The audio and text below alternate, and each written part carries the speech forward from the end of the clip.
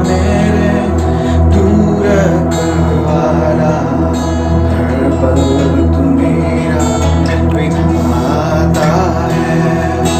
जीवन की कश्ती फंसती और मैं, तू ही तो केवल हारा है। जीवन की कश्ती फंसती और मैं, तू ही तो केवल हारा है। जीवन का मेरे तू रखवाला, हर पल तू मेरा विधाता है।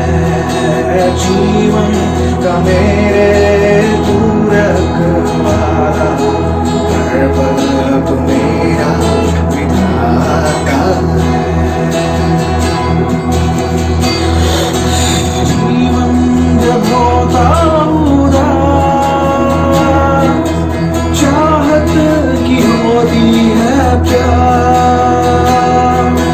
जीवन जब होता उदास, चाहत की होती है प्यार। ठोकर जब मिलती है, आहें निकलती हैं। ठोकर जब मिलती है, आहें निकलती हैं। तेरे सहारे बिना होती है रातें वीरान। तेरे सहारे बिना होती है रातें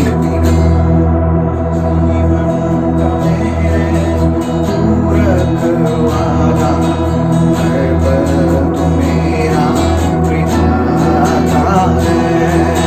जीवन की कश्ती फंसती भंवर में, तू ही तो केवल हारा है।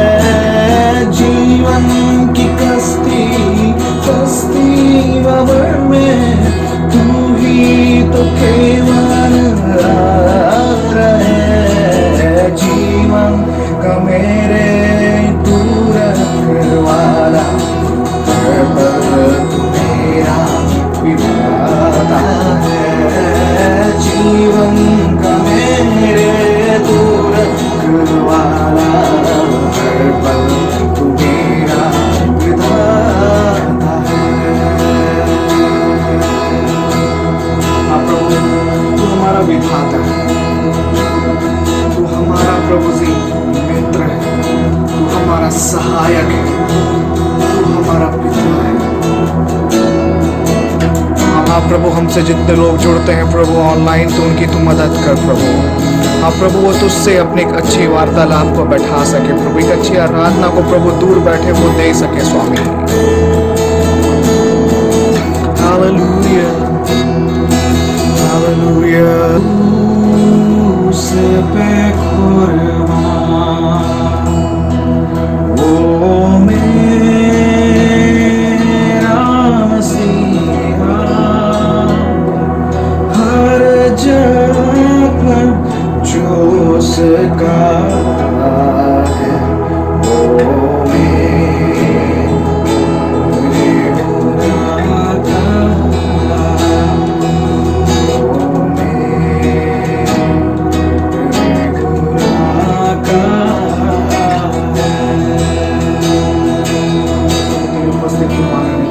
प्रभु आज हमें बताया जाएगा, सिखाया जाएगा तेरे वचन से प्रभु।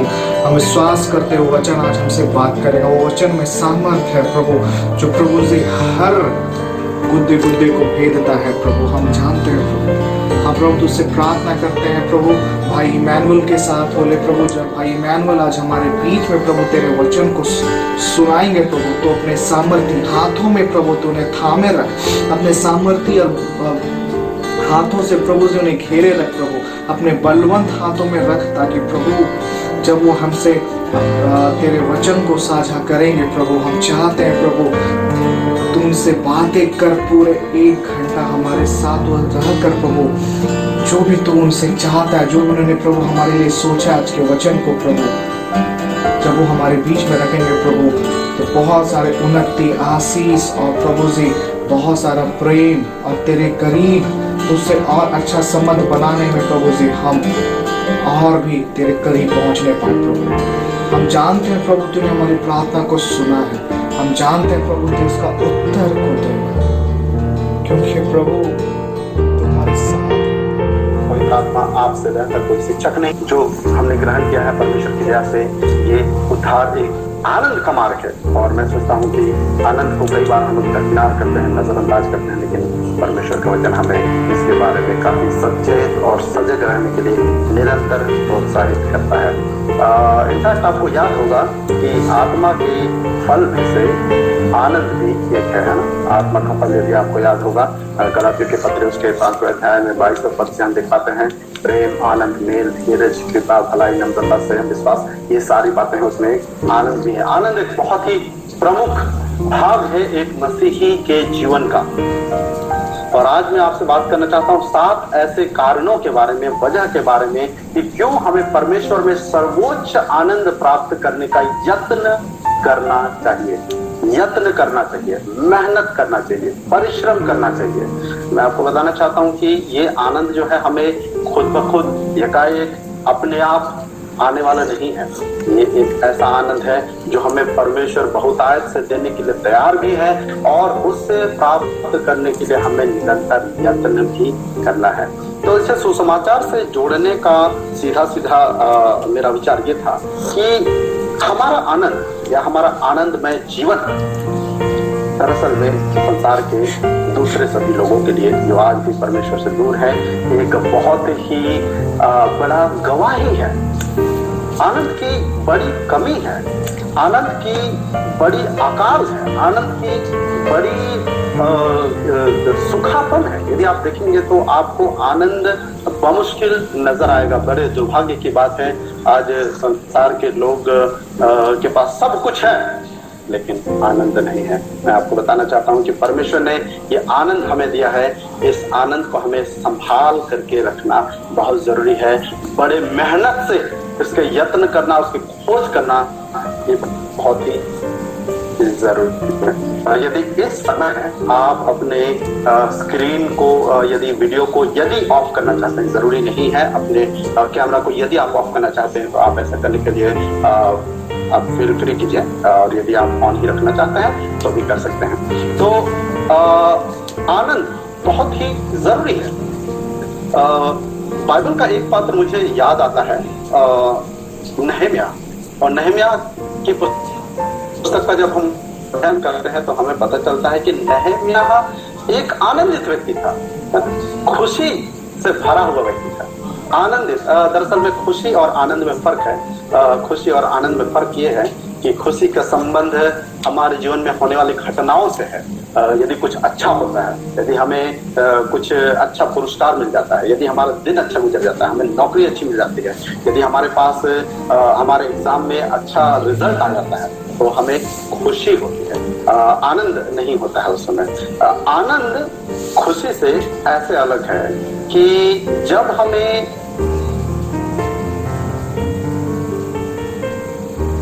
खुश रहने का वजह नहीं भी मिलता है, जब हमारे पास खुश रहने का कोई वजह नहीं, आनंद देता है।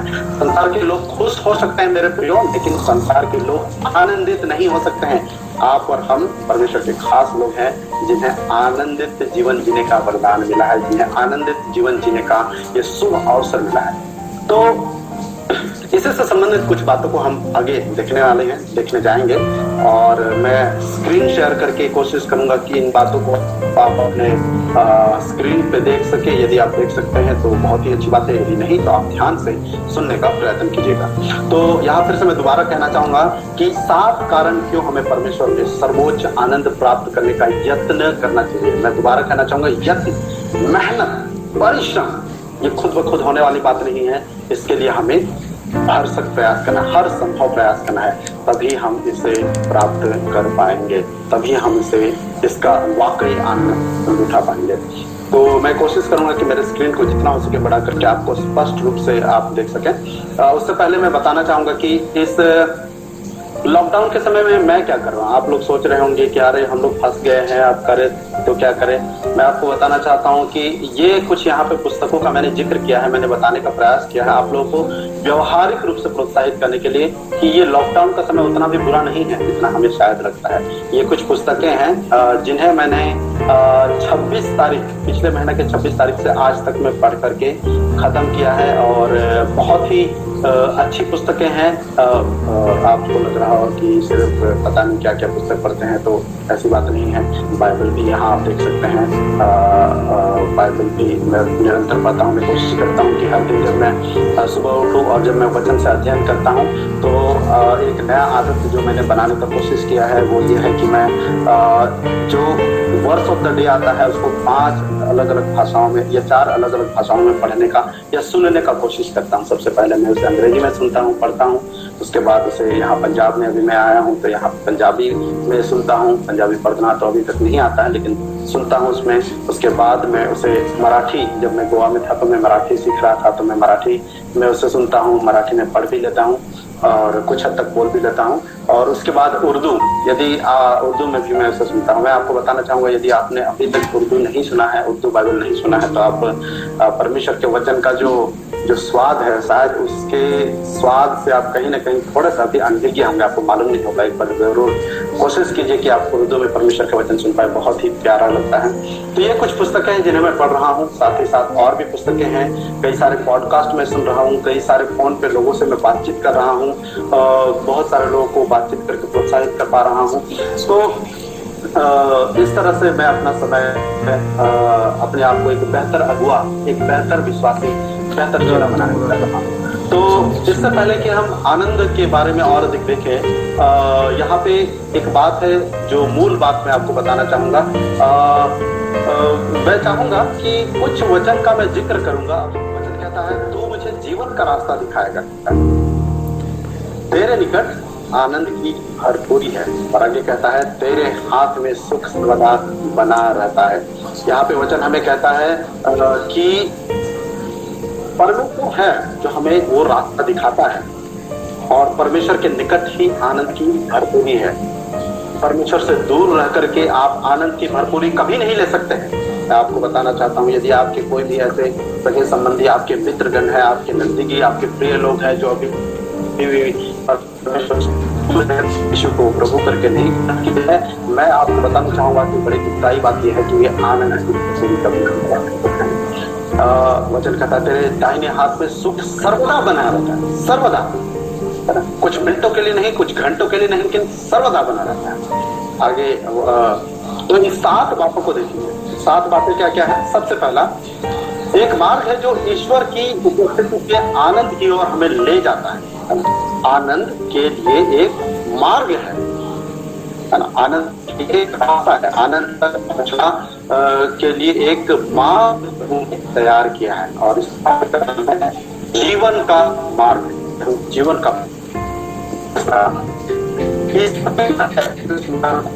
ईश्वर के अलावा आनंद के बारे में किसी को खबर नहीं है, आनंद के बारे में नहीं जानते हैं। ईश्वर ही है वो जो इस मार्ग को जानता है। जीवन का मार्ग सिर्फ परमेश्वर ही जानता है।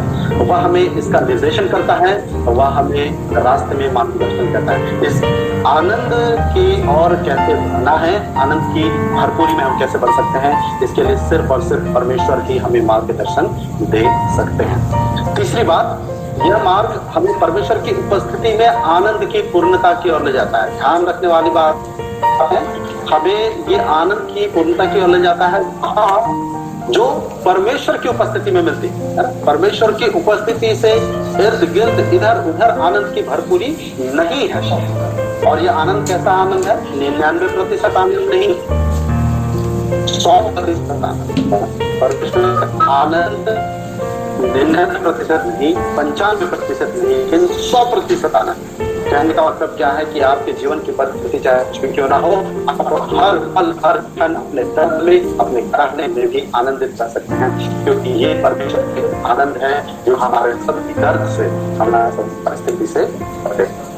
चौथी बात, इस मार्ग में ईश्वर के दाहिने हाथ में सदा के लिए सुख है। हम करते हैं लेकिन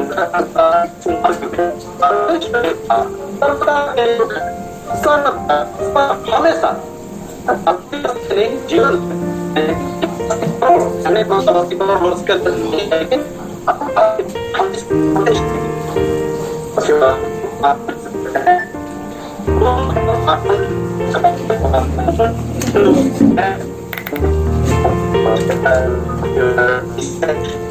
जीवन के हाँ में मिलते हैं, है ना, ये यीशु में है।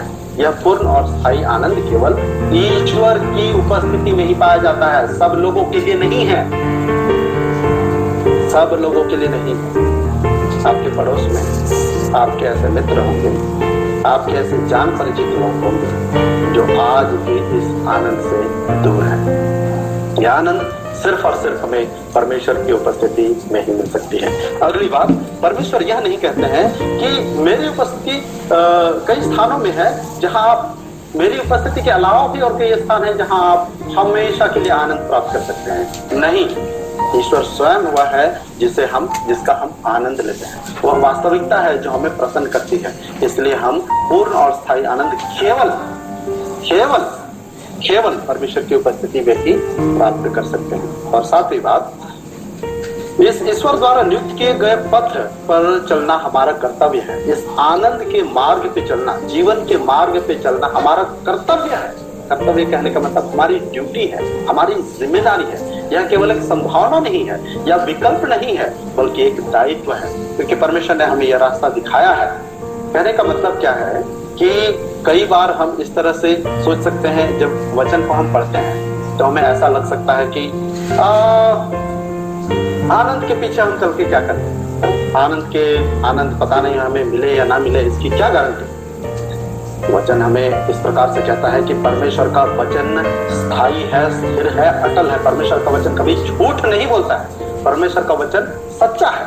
तो मैं आपको बताना चाहता हूं कि सर्वदा का आनंद एक विकल्प नहीं है, एक संभावना नहीं है, लेकिन ये हमारा कर्तव्य है। कहने का मतलब, यदि मैं आज आनंदित नहीं हूं तो इसके पीछे मैं जिम्मेदार हूं। कहीं ना कहीं मैं उस मार्ग पे नहीं चल रहा हूं। परमेश्वर जिस तरह से चाहते हैं कि मैं चलूं, उस प्रकार से मैं नहीं चल रहा हूं, और इसके कारण से आज मेरे जीवन में आनंद की कमी नहीं है। मैं आपको बताना चाहता हूं कि ये कोरोना से ग्रस्त एक समय है जहां पे सारी दुनिया हैरान परेशान है, क्योंकि लोग घबराए हुए, लोग चिंता कर रहे हैं, डरे हुए हैं। उनके पास कोई आशा नहीं है, उनके पास कोई आनंद नहीं है। लोग लॉकडाउन हो गए हैं, परेशान हो गए हैं, न जाने कब ये घर में उनके आ जाए, कभी उनके नगर में आ जाए, इसी बात से लोग हताहत हैं। मैं आपको बताना चाहता हूँ, यदि मसीह को जानने वाले लोगों के रूप में हम भी उनके समान ही डरते रहते हैं तो हमारे जीवन में शांति कमी है। कि हम परमेश्वर के इस वायदे को क्लेम करें। परमेश्वर का वायदा कहता है कि परमेश्वर के निकट आनंद की भरपूरी है। परमेश्वर ये नहीं कहता कि सही परिस्थिति में ही आपको ये आनंद मिलेगी। परमेश्वर ये नहीं कहता कि जब सब कुछ तुम्हारे जीवन में सही रहेगा तो ही तुम्हें आनंद मिलेगा। परमेश्वर ये नहीं कहता कि मेरा आनंद तुम्हारे लिए हमेशा के लिए है, बस मरी के अलावा, तबाही के अलावा। हर प्रकार की परिस्थिति जब बहुत बुरी हो, जब तुम्हारे नियंत्रण से बाहर हो, तब तुम्हारे लिए आनंद की भरपूरी है। तब उस समय के लिए तुम्हारे पास आनंद नहीं होना चाहिए, उसके अलावा पूरे सब समय के लिए आनंद नहीं। परमेश्वर अपने वायदे का पक्का है। यदि परमेश्वर कहता है कि उसके निकट आनंद की भरपूरी है, मतलब भरपूरी है, चाहे हमारी परिस्थिति कुछ भी क्यों ना हो। तो फिर हमारी जिम्मेदारी क्या है? यदि इस आनंद के बारे में हम जानते हैं तो हमारी जिम्मेदारी क्या है, हमारा दायित्व क्या है, कैसे हम उस आनंद को वाकई अपने जीवन में अपना सकते हैं। इन्हीं कुछ बातों के बारे में मैं आपको और भी नोट्स से दिखाने का प्रयास करूंगा। नोट्स में कुछ बातें अंग्रेजी में है, आपको घबराने की बिल्कुल जरूरत नहीं है। ईश्वर में पूर्ण और चिरस्थायी आनंद पाने के लिए आपको अभी हमेशा और हमेशा के लिए अपना जीवन कैसा बनाना चाहिए, क्या करना होगा ताकि हम उस चिरस्थायी आनंद को प्राप्त कर सकें, और क्या फर्क पड़ेगा यदि आप इसे करते हैं तो। ये मार्ग परमेश्वर ने जो हमें दिया है, ये आनंद का मार्ग है, उद्धार आनंद का मार्ग है। मैं आपको बताना चाहता हूं कि आपको हर परिस्थिति के बावजूद आनंदित होना अनिवार्य है। परमेश्वर की मौजूदगी में आनंद की पूर्णता, परमेश्वर के दाहिने हाथ में हमेशा के लिए आनंद लेने के हमारे पास 7 कारण है, और ये हमारे कर्तव्य है। क्या क्या है ये 7 कारण? सबसे पहला, बाइबल हमें परमेश्वर के आनंद मानने की आज्ञा देती है। परमेश्वर का वचन हमें परमेश्वर में आनंद मनाने की आज्ञा देती है। ये कोई सुझाव नहीं है, ये कोई विकल्प नहीं है, ये एक आज्ञा है, आज्ञा है। उसके अलावा मैंने काफी सारे वचन यहाँ पे दिए हुए हैं। भजन उसका 32 का 11, भजन 67 का 4, उसका भजन 100 का 1 से 2, फिलिपियों 4 का 4, मत्ती 5 का 11 से 12, पहला पत्रस 4 का 12 से 13, रोमियो 12 का 12 और 15। ये सारे जगहों में हम इन सारे बातों को देखते हैं जहाँ पे हम आनंद के बारे में या आज्ञाओं के बारे में देखते हैं। आप इस प्रकार से सोच सकते हैं कि भाई इमैनुअल, आनंद तो एक भावना है, अब भावना को आज्ञा हम कैसे दे सकते हैं? जैसे कि अगर मैं कहूं कि आप अपने पास रखे उस चाय के प्याले को उठाइए और उसमें से चाय पी लीजिए, यदि अभी तक बचा हुआ है तो। यदि आप कट कर चुके हैं तो वो एक अलग बात है। तो आप कहेंगे ठीक है, आप अपने हाथ को बढ़ाते हैं, अपने मांसपेशी को इस्तेमाल करते हैं और आप अपने चाय के प्याले को पकड़ते हैं, उसे अपने मुंह की तरफ लाते हैं और आप अपने मुंह में चुस्की लेकर के चाय पीते हैं। तो ये एक आज्ञा आपने मान लिया। अब आपको यदि मैं कहूं कि आप दुखी हो जाइए, तो आप कहेंगे कि दुखी हो जाइए मतलब इस आज्ञा को कैसे माने हम? ये तो एक भावना है। दुखित होना, आनंदित होना, खुश होना, ये एक भावना है। हम भावनाओं को कैसे आज्ञा दे सकते हैं?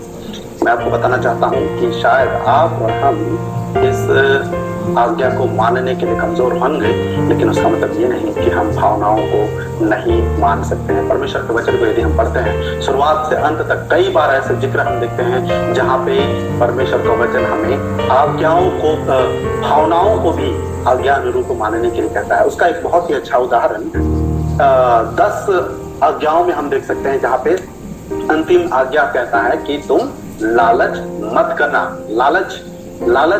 लालच एक भावना है, लालच एक शारीरिक काम नहीं है, लालच एक भावना है। वहां पर परमेश्वर का वचन कहता है कि तुम लालच मत करना। कहने का मतलब क्या है कि हम अपनी भावनाओं को नियंत्रित कर सकते हैं। मेरी इच्छा ये होती है कि नहीं, मैं ये ले लूं, मैं वो ले लूं, इसका देख के ले लेता हूं, अच्छा फोन हो गया, अच्छी गाड़ी हो गई, ये हो गया, वो किया। लेकिन परमेश्वर का वचन कहता है नहीं नहीं नहीं, तुम्हें ऐसा नहीं करना है, तुम्हें ऐसा नहीं महसूस करना है, नहीं सोचना है। मैं कमजोर हूं उस भावना को नियंत्रित करने के लिए। उसका मतलब ये नहीं है कि मैं उस आज्ञा को नहीं मान सकता हूं। हमें प्रार्थना करने की जरूरत है कि परमेश्वर हमें नया मन दे, हमें एक ऐसी शक्ति दे, ऐसी सामर्थ्य दे, ताकि हम उसकी आज्ञाओं को मान सके, चाहे वो हमारे शारीरिक काम के बारे में हो या फिर हमारे भावनात्मक काम के बारे में। दूसरा बिंदु, नया जन्म ईश्वर में श्रेष्ठ आनंद जगाता है। नया जन्म ईश्वर में श्रेष्ठ आनंद जगाता है। परमेश्वर का धन्यवाद हो। और कुछ ऐसे भी संघर्ष आए हैं जिसे मैंने जब तक परमेश्वर के प्रति मेरे बेहतर आनंद को नहीं बनाया, नहीं बढ़ाया, नहीं सींचा, तब तक उससे मैं जूझता रहा। कहने का मतलब क्या है कि कोई भी चीजें होती हैं, कोई भी अनाज्ञाकारिता होती है, कोई भी पाप होती है, तो हम वो पाप इसलिए नहीं करते हैं कि हमें वो बहुत चिड़चिड़ा लगता है या फिर उससे हमें दर्द होता है। कई बार आज्ञाओं को जो हम नहीं मानते हैं वो इसलिए होता है क्योंकि उन आज्ञा के उल्लंघन से हमें आनंद मिलता है, अच्छा लगता है हमें। लालच करना, बुरी बातों को सोचना, किसी के बारे में गलत बातें कह देना, चुगली करना, हमें अच्छा लगता है। कोई चुगली कर रहा था, ये कर रही थी, राजा ने बोले अरे मुझे बहुत बुरा लग रहा है कि मैं चुगली कर रहा हूं। ऐसा कभी नहीं होता है, हमें अच्छा लगता है। चाहे बाद में हमें दुख हो, बाद में हमें खेद लगे, हमें बुरा लगे, लेकिन हमें अच्छा लगता है।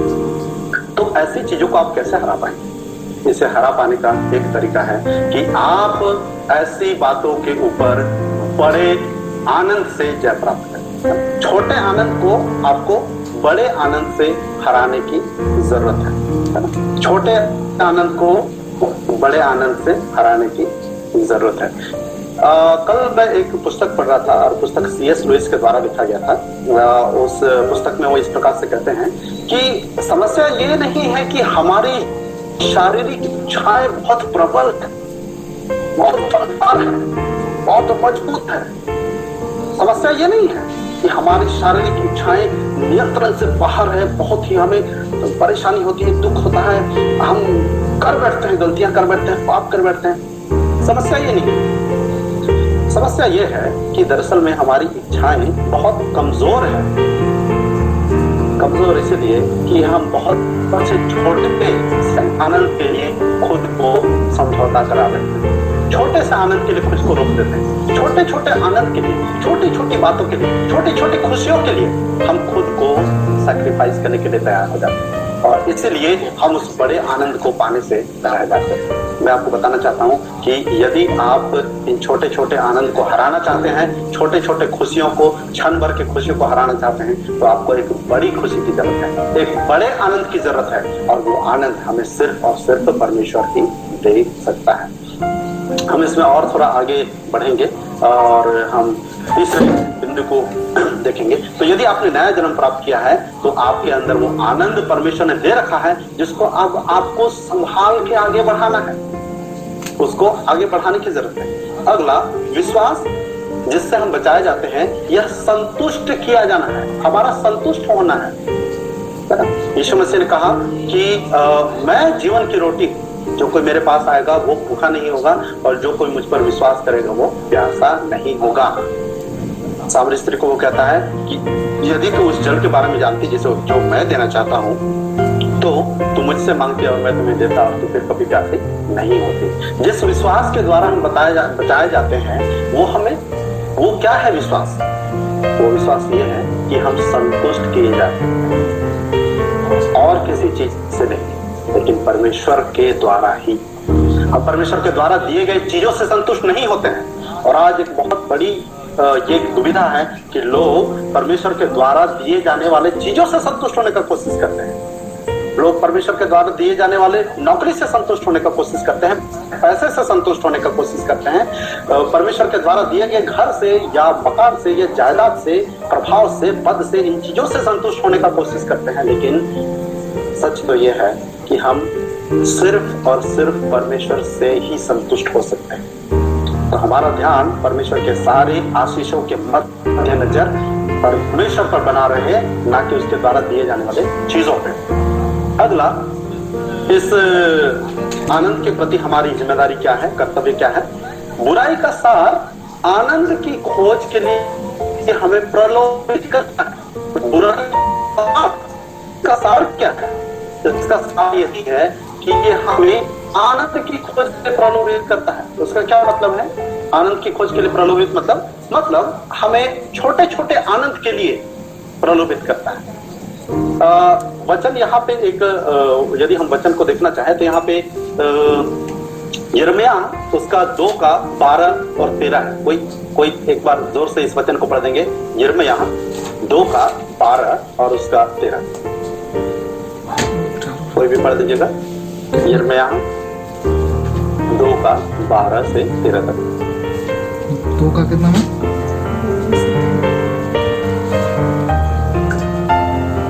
यिर्मयाह 2:12 से 13 तक, कोई पढ़ दीजिएगा।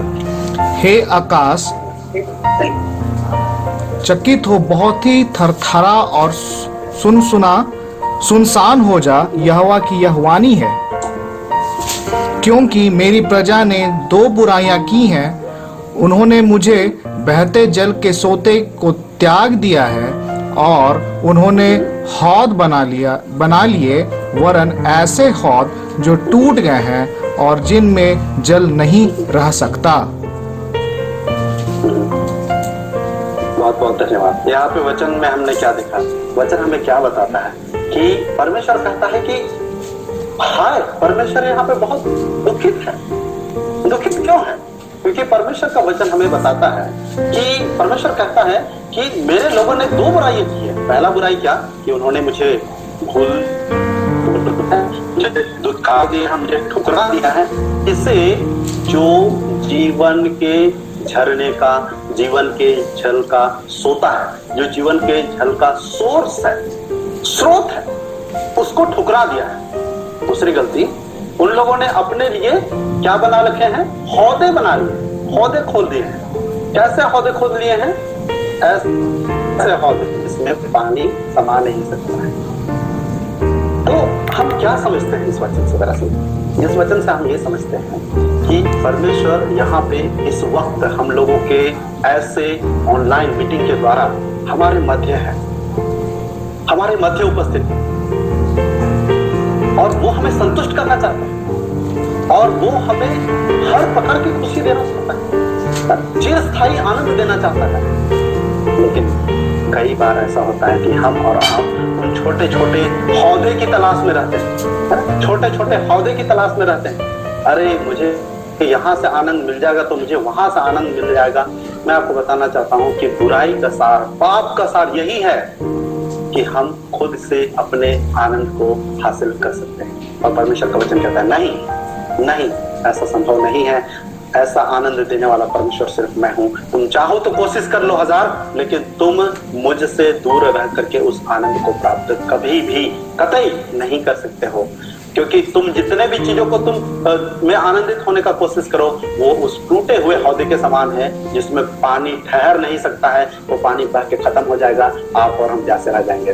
मैं आपको यहाँ चुनौती देना चाहता हूँ कि यदि आज आप में से कोई भी ऐसे हैं जो इस तरह के हौदे बना रहे हैं, अपने लिए गड्ढे खोद रहे हैं ताकि आप उसमें से पानी पी करके संतुष्ट हो जाएं, आनंदित हो जाएं, मैं आपको बताना चाहता हूं कि परमेश्वर इसी वक्त आपके करीब में है, तो आपके दिल में खटखटा रहा है। जैसे वचन प्रकाशित वाक्य में हमें बताता है कि देख मैं द्वार पे खड़ा खटखटाता हूँ, जो द्वार खोलता है और खोलता है उसके अंदर मैं आता हूँ और प्रवेश करता हूँ, उनके साथ मैं भोजन करता हूँ और वो मेरे साथ। मैं आपको बताना चाहता हूँ कि यदि आप भी इसी तरह के हौदे बना रहे हैं आज तक, तो आपको बाहर आने की जरूरत है, आपको पश्चाताप करने की जरूरत है। मैं आपको सिर्फ खुश करने वाला संदेश नहीं बताना चाहता हूँ। मेरा मकसद ये नहीं है कि मैं इतनी दूर से आप लोगों के साथ जुड़ करके आपको कुछ ऐसा बता दूं कि आप खुश हो जाएं और आप मेरी वाहवाही करें। नहीं, मैं आपको सच्चाई बताना चाहता हूँ। दुर्भाग्य है मसीही समाज का कि इतने अद्भुत परमेश्वर के होते हुए भी आज हम लोग ऐसी चीजों में आनंद ढूंढते हैं जिसमें से हमें आनंद मिल नहीं सकता। और यदि ऐसा हमारे जीवन में है तो हमें बाज आने की जरूरत है, हमें पश्चाताप करने की जरूरत है, हमें रोने की जरूरत है।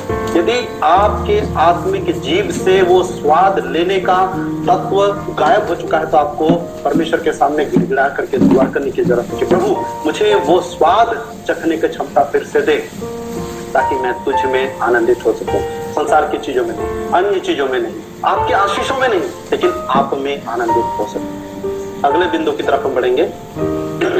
अगला बिंदु हमें कहता है आपको इनकार करने के बारे में यीशु की शिक्षा हमें खुशी का पीछा करने के लिए प्रोत्साहित करती है।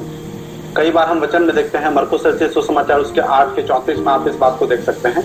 वहां पे वचन हमें बताता है कि किस तरह से हम परमेश्वर के पीछे जब चलने का निर्णय करते हैं तो हम अपने आत्म इनकार करते हैं, अपने खुद का हम इनकार करते हैं। वचन हमसे क्या कहता है कि यदि कोई मेरे पीछे आना चाहे तो वो अपने आप का इनकार करे और क्रूस उठाए और मेरे पीछे हो। आप लोग इस प्रकार से सोच सकते हैं कि इमानुएल भाई आप केवल आनंद के बारे में बात कर रहे हैं, आनंद के बारे में बात कर रहे हैं, तो कोई जरूरी है क्या हमें आनंद मिल जाएगा?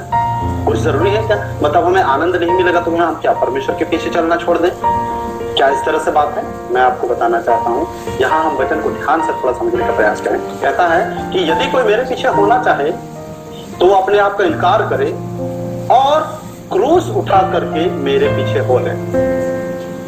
उसके 35वें वचन में हमें एक बात को समझाता है कि क्योंकि जो कोई अपने प्राण को बचाना चाहेगा वह उसे खोएगा, और जो अपने प्राण को मेरे खातिर खोएगा, ये सुसमाचार की खातिर खोएगा, तो वह उसे बचाए। कहने का तात्पर्य क्या है कि खुद का इनकार करना अपने आप में एक खुशी नहीं है। खुद का इनकार करना अपने आप में खुशी नहीं, लेकिन खुद का इनकार मैं क्यों कर रहा हूं?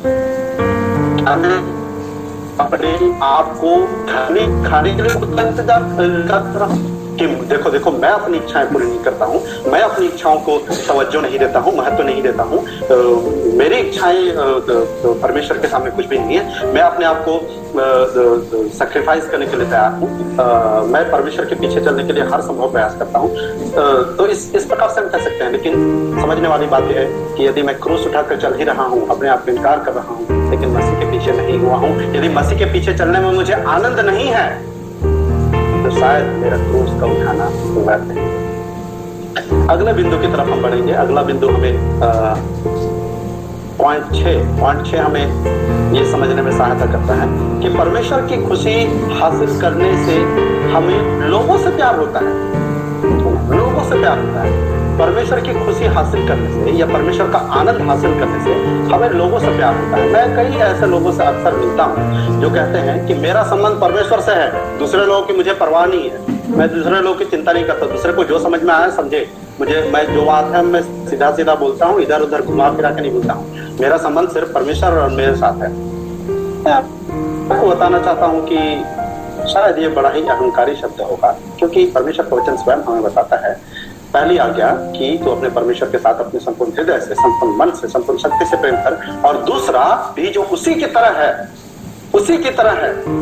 कि अपने पड़ोसी से अपने समान प्यार कर। यदि परमेश्वर स्वयं हमें कहता है कि पड़ोसियों से प्यार करना, परमेश्वर से प्यार करना अर्थात उसके लोगों को महत्व देना, तो हमें यहाँ समझने की जरूरत है कि यदि हम वाकई परमेश्वर से प्यार करते हैं, यदि मैं कहता हूं कि मैं परमेश्वर से प्यार करता हूं और मैं कहूं कि मैं अपने पड़ोसी से दुश्मनी रखता हूं या फिर उन्हीं के साथ सिर्फ अच्छा व्यवहार करता हूं जो मेरे साथ अच्छा व्यवहार करते हैं, तो मुझे ये सोचने की जरूरत है कि क्या मैं वाकई में परमेश्वर से प्यार करता हूं या नहीं। तो अगला बिंदु और ये अंतिम बिंदु है 7वां, ये है जब हम सबसे संतुष्ट होते हैं तो हम परमेश्वर की महिमा करते हैं। सबसे संतुष्ट होते हैं तो हम परमेश्वर की महिमा करते हैं। यहाँ पे फिलिप्पी के पत्र उसका 1:21 में पौलुस इस प्रकार से कहता है कि मेरे लिए जीना मसीह और मर जाना लाभ है। वह परमेश्वर में संतुष्ट है, परमेश्वर में वो खुश है, वो दूसरे चीजों की चाहत नहीं है। वो कहता है कि मेरे लिए जीना मसीह, यदि मैं जीऊं तो सिर्फ मसीह के लिए जीना चाहूंगा, और यदि मैं मर जाऊं तो ये मेरे लिए बेहतर है। क्या आप आज ऐसा कह सकते हैं? क्या मैं आज ऐसा कह सकता हूं कि मेरे लिए जीना मसीह और मर जाना लाभ है? शायद मैं मरने से डरता हूं, शायद मैं मरने से पहले बहुत सारी चीजें हासिल करके जाना चाहता हूं, मेरे बहुत सारे सपने होंगे, उसे पूरा करके जाना चाहता हूं। लेकिन पौलुस कहता है नहीं, मेरे लिए जीना तो सिर्फ यीशु मसीह के लिए है, उसके मकसद के लिए है, उसके उद्देश्य के लिए है। और यदि मैं मर जाऊं तो उससे बड़ा अच्छा कुछ मेरे लिए हो नहीं सकता है, क्योंकि ऐसे में मैं उसके पास पहुंच जाऊंगा। परमेश्वर हम में सबसे अधिक महिमावान कब होते हैं? परमेश्वर को हमारे जीवन से सबसे ज्यादा महिमा कब मिलती है? कब हम परमेश्वर को सबसे ज्यादा आराधना देते हैं? जब हम परमेश्वर में संतुष्ट होते हैं। जब हम परमेश्वर में संतुष्ट होते हैं तब नहीं, जब हम अलग अलग प्रकार के चमत्कार करते हैं, जब हम अलग अलग प्रकार के दुष्टात्माओं को निकालते हैं, बीमारों को चंगा करते हैं, तो वो यीशु मसीह इस प्रकार से कहते हैं अपने चेलों से, जब वो लोग वापस आए इस प्रकार की सेवकाई के बाद, वो लोग इस प्रकार से कहने लगे, प्रभु तेरे नाम से तो दुष्टात्मा भी हमारे नियंत्रण में। यीशु मसीह कहते हैं कि तुम्हारे नियंत्रण में दुष्टात्माएं हैं, इस बात से प्रसन्न मत हो, लेकिन खुश इस बात से हो कि तुम्हारा नाम जीवन की पुस्तक में लिखा है। हमें यह सोचने की जरूरत है कि क्या हम परमेश्वर में वाकई में संतुष्ट हैं? शायद हम परमेश्वर की सेवा बड़ी गंभीरता से करते होंगे, बड़े त्याग और तपस्या के साथ करते होंगे, बड़े बलिदान के साथ करते होंगे, लेकिन शायद कहीं न कहीं हम परमेश्वर में संतुष्ट नहीं हो पाते हैं। वो और थोड़ा पाने की जो चाहत है वो हम खत्म नहीं कर पाते हैं अपने दिल से। शायद सारे गीतों के, सारे बजाने के और सब कुछ के परे शायद हम परमेश्वर को वो सबसे बेहतरीन महिमा देने से चूक जाते हैं। हमारे जीवन से परमेश्वर की महिमा सबसे ज्यादा तब होती है जब हम परमेश्वर में संतुष्ट होते हैं, एक बार मैं इन 7 बातों को फिर से दोहरा देना चाहूंगा आपके लिए। क्या क्या ये है बातें? 7 बातें। हमारे कर्तव्य क्या है? यदि हम परमेश्वर के द्वारा बचाए गए लोग हैं तो हमारा कर्तव्य क्या है? क्या है हमारी जिम्मेदारी? क्या परमेश्वर हमें आनंद देंगे तो ही हमें लेना है? नहीं, उस आनंद को पाना हमारा कर्तव्य है, हमारा ड्यूटी है। सबसे पहली बात, बाइबल हमें परमेश्वर में आनंद मनाने की आज्ञा देती है। यदि मैं परमेश्वर में आनंदित नहीं हूं तो मुझे परमेश्वर से दुआ करना चाहिए कि परमेश्वर मुझे ऐसा मन दे, ऐसा हृदय दे कि मैं आप में आनंदित हो सकूं। दूसरी बात, दूसरी जिम्मेदारी, नया जन्म ईश्वर में श्रेष्ठ आनंद जगाता है। यदि मैंने नया जन्म प्राप्त किया है तो पहले से ही पवित्र आत्मा ने उस श्रेष्ठ आनंद को मेरे अंदर जगाया है ताकि दूसरे सारे छोटे छोटे छोटे छोटे छोटे छोटे खुशियों को मैं पराजित कर सकूं इस श्रेष्ठ आनंद से। तीसरा, विश्वास जिससे हम बचाए जाते हैं, यह संतुष्ट किया जाना है। संतुष्ट सिर्फ परमेश्वर के द्वारा दिए गए चीजों से नहीं, लेकिन स्वयं परमेश्वर से हम संतुष्ट होते हैं। सब बातों से ज्यादा, सब बातों से बेहतर हम उसे महत्व और तवज्जो देते हैं। चौथी बात, बुराई का सार या फिर पाप का सार क्या है? आनंद की खोज करने के लिए हमें प्रलोभित करना, छोटे छोटे आनंद की खोज करने के लिए जो परमेश्वर के बाहर पाई जा सकती है। परमेश्वर से परे रहकर क्या हम हासिल कर सकते हैं? यही है बुराई का सार। यदि आज भी हम परमेश्वर के उस आनंद से परे हैं और हमें आज भी आनंद उन चीजों में लगता है जो परमेश्वर से दूर है, तो हमें सोचने की जरूरत है कि क्या प्रभु आज भी मुझे उस नए जन्म की जरूरत है, उस नए दिल की जरूरत है जो आपकी तरफ से ही मिल सकता है। पांचवी बात, आत्म इनकार करने में यीशु की शिक्षा हमें खुशी का पीछा करने के लिए प्रोत्साहित करती है। अपने आप का इनकार करने के बारे में यीशु की शिक्षा क्या है? कि हम खुशी का पीछा करें, बेहतर खुशी का पीछा करें। उस व्यक्ति के बारे में आप लोगों को पता होगा जिसे खेत में गड़ा हुआ धन मिला। जैसे ही उसे वो धन मिला, उसके बारे में बाइबल कहती है कि मारे खुशी के उसने अपना सब कुछ बेच दिया और वो मैदान खरीद लिया। मारे खुशी के। मसीहत का मतलब ये नहीं कि अपना सब कुछ दान कर दो, सब कुछ दान कर दो, सब कुछ दान कर दो, नहीं। वो वहां कहता है मारे खुशी के। आप दे रहे हैं, सब कुछ छोड़ रहे हैं, क्यों कर रहे हैं? आप अपने स्वास्थ्य की चिंता नहीं करते हैं, अपने दूसरे चीजों की चिंता नहीं करते हैं, क्यों? मारे खुशी के। परमेश्वर यीशु में प्राप्त होने वाले उस खुशी के मारे, उस खुशी के खातिर, उस खुशी की वजह से हम दूसरे सभी चीजों को तुच्छ समझ बैठते हैं। छठा, परमेश्वर की खुशी हासिल करने से, परमेश्वर में खुशी हासिल करने से हमें लोगों से प्यार होता है, या फिर परमेश्वर में आनंद हासिल करने से हमें लोगों में प्यार होता है। यदि मैं आपको उसका परिभाषा समझाना चाहूं प्रेम का, तो क्या है? प्रेम परमेश्वर में आनंद का अति प्रवाह है जो दूसरों की जरूरतों को पूरा करता है। मतलब परमेश्वर में मैं इतना आनंदित हूं कि मैं लोगों की भलाई करता फिर रहा हूं, चाहे उसको लिए मुझे कष्ट क्यों ना सहना पड़ता है, मुझे तकलीफ क्यों ना सहना पड़ता है। तो परमेश्वर से मैं इतना प्रेम करता हूं, इतना प्रेम करता हूं कि मैं उस आनंद को दूसरे लोगों की जरूरत पूरा करके प्रकट करता हूं, दिखा रहा हूं। और सातवीं और अंतिम बात है, अंतिम जिम्मेदारी और ड्यूटी और कर्तव्य ये है कि हम सबसे संतुष्ट होते हैं तो हम परमेश्वर की महिमा करते हैं। सबसे ज्यादा जब हम संतुष्ट होते हैं, सबसे ज्यादा परमेश्वर की महिमा होती है। मुझे एग्जैक्टली मालूम नहीं कि प्रणुत भाई यहाँ पे है या नहीं। प्रणुत भाई यदि आप हैं तो एक बार अपने वीडियो को यदि आप चालू कर लें तो बड़ी मेहरबानी होगी। मैं एक अंतिम उदाहरण कह करके इसे समाप्त करना चाहूंगा। प्रणुत भाई यदि आप हैं तो कृपया अपने वीडियो को चालू कर लें। तो कल थैंक यू। कल यदि आपके साथ अनिमा भी है तो उसे भी आप देख करके आ जाइएगा। अनिमा अगर आपके साथ है तो पास में लेकर के आ जाइएगा। तो कल भाई प्रणुत से हमने बहुत ही अच्छा वचन सुना और वो हमें वचन के बारे में बता रहे थे कि किस तरह परमेश्वर के पीछे चलने की जरूरत है। कैसे परमेश्वर के पीछे? किसी को याद है कल किसके समान परमेश्वर के पीछे चलने की बात कही थी प्रणुत भाई ने? हनोक के समान। हनोक के समान हमें परमेश्वर के पीछे चलने की जरूरत है। तो यहाँ पे भाई प्रणुत है और बहन अनिमा है और ये दोनों एक दूसरे से बहुत प्यार करते हैं, इसीलिए शादी किया है इन्होंने। बहुत ही अच्छी बात है। अब आप सोच करके देखिए कि इनका सालगिरह आता है ना, इनका सालगिरह आया। प्रणुत भाई अक्सर घर जब भी आते हैं तो वो अपने घंटी, घर का जो घंटी है वो नहीं बजाते, लेकिन वो बहुत ही अच्छा गुलदस्ता बाजार में से लेकर के आते हैं और बाजार में से गुलदस्ता खरीद के लाते हैं और घंटी बजाते हैं, टिंग डोंग। फिर बहन अनीमा दरवाजा खोलती है और फिर बोलते हैं, अरे आप ये क्यों लाए, क्या जरूरत है इसका आपको लाने की, बहुत ही अच्छा, लेकिन क्यों आपने खरीद करके लाया? और यदि भाई प्रणुत का उत्तर ऐसा रहे, क्योंकि एक अच्छे पति के रूप में मुझे ऐसा करना चाहिए, ऐसा मैंने बहुत सारी किताबों में पढ़ा है कि यदि मैं एक अच्छा पति बनना चाहता हूं तो मुझे ऐसा करना चाहिए। सोच करके देखिए कि कैसा रहेगा, कैसा लगेगा बहन अनीमा को? शायद उतना अच्छा नहीं, शायद वो चिढ़ जाए, इस बात से खुश नहीं। लेकिन इसका एक दूसरा रूप मैं आपको बताना चाहता हूं ताकि आप समझ सके कि आनंद के पीछे चलने में और आज्ञाकारिता में क्या अंतर है, इन दोनों का एक दूसरे से क्या मेल है। कई बार लोग सिर्फ आज्ञाकारिता के पीछे भागते हैं, आज्ञा मानो, आज्ञा मानो, आज्ञा मानो। मैं बताना चाहता हूं आपको, परमेश्वर का वचन कहता है, यदि तुम मुझसे प्यार करते हो तो मेरी आज्ञा मानो।